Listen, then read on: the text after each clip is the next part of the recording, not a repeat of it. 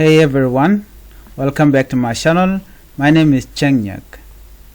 Well, I didn't plan to post this today, but after what had happened on June 1st and June 2nd in Old Fangak, I couldn't stay quiet. What happened, it wasn't just news, it was a nightmare. It was a deliberate, brutal attack on innocent civilians, not soldiers, not rebel, civilians.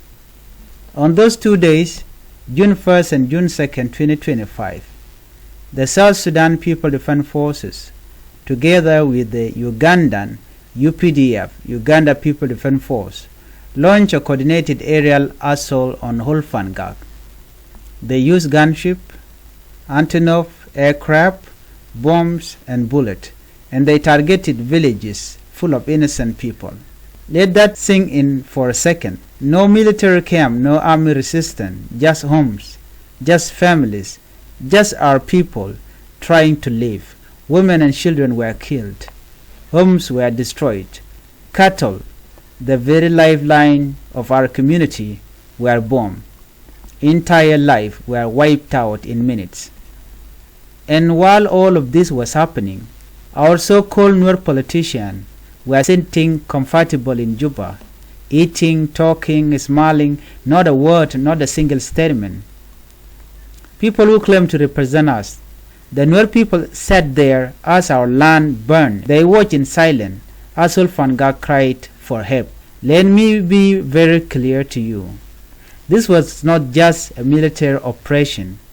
It was a message that the life of Nuer civilian can be destroyed without consequence. And what is worse is the silence from those who are supposed to protect us. I am angry and I am heartbroken, and I know I am not alone.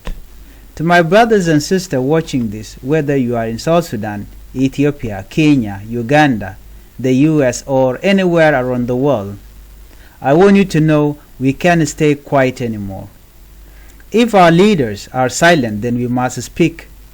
If our elders stay seated, then we must rise. If the world wouldn't look, then we will show them. This is not just about Old Fangak.